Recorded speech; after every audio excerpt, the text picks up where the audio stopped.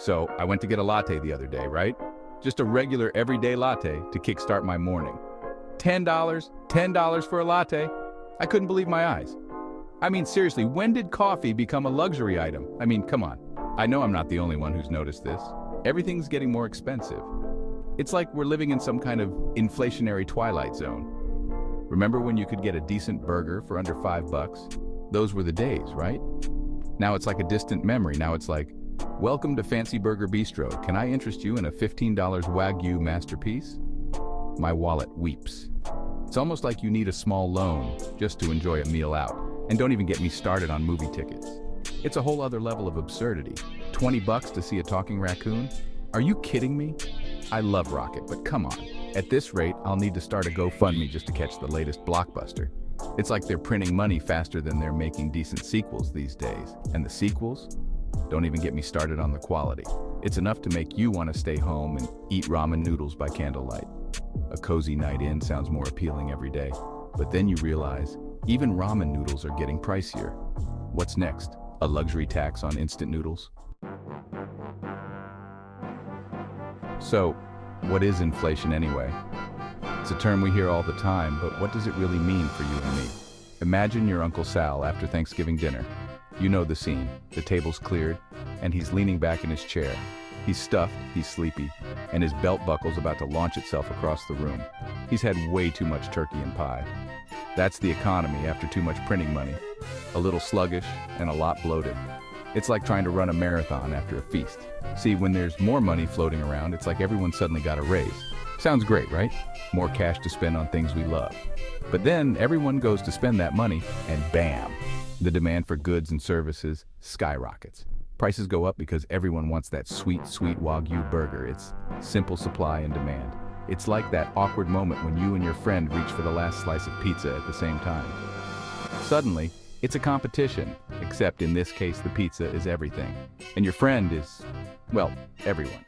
Everyone's trying to get a piece of the pie. And just like Uncle Sal loosening his belt after dessert, the economy needs a breather sometimes too. It can't keep up the pace forever. That's where things like interest rates come in. They help control the flow of money and keep things from getting too out of hand. More on that later, folks. Buckle up. We're just getting started on this economic journey.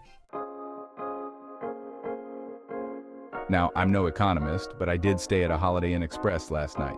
And that makes me feel like I can tackle this inflation mystery with a bit of humor and a dash of common sense.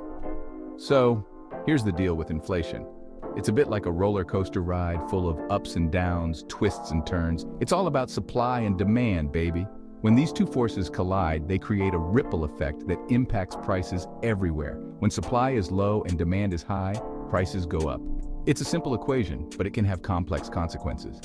It's like trying to find toilet paper at the start of the pandemic. Remember those empty shelves? Remember that? It was a dark time. People were hoarding toilet paper like it was gold. People were fighting over two-ply like it was the Hope Diamond. It was madness. But hey, at least we learned a valuable lesson about supply and demand. When something is scarce, its value skyrockets. And sometimes things just get more expensive because they can. It's the nature of the beast, like those fancy coffee shops that charge extra for oat milk. Seriously, oat milk, it's just oats and water, people. But they charge a premium for it. But hey, I guess that's capitalism for you. It's all about what the market will bear. It's a wild ride, that's for sure. And just like a roller coaster, you never quite know what's around the next bend. Now, who do we blame for all this inflation madness? Well, some folks like to point the finger at the Federal Reserve, aka the Fed. They're like the cool kids in high school who control the metaphorical money printer. Sometimes they print a little too much, sometimes they slam on the brakes. It's a delicate dance, really. And let's be honest, they don't always get the steps right, but hey, it's not all their fault. Global pandemics, supply chain chaos, geopolitical tensions. It's enough to make anyone reach for the economic antacids.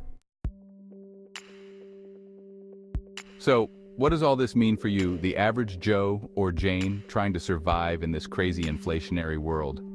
Well, it means your hard-earned cash isn't going as far as it used to. Remember when you could fill up your gas tank for under 20 bucks? Yeah, me neither. And that dream of buying a house? It's starting to feel like a distant memory, like those boy bands we used to love. But hey, don't despair. There are things you can do to weather the inflationary storm. Just keep reading, my friend. So, how do we survive this economic roller coaster? First off, don't panic. Remember the toilet paper? Yeah, let's not do that again. Second, it's time to get savvy with your spending. Clip those coupons, shop around for deals, and maybe consider that generic brand cereal for a change. And hey, if all else fails, we can always start a barter system. I'll trade you this slightly used spork for a gallon of gas. Anyone? Anyone? Look, inflation's a drag, no doubt about it. But with a little humor and a lot of savvy shopping, we'll get through it. Because hey, at least we're in this together, right? Right?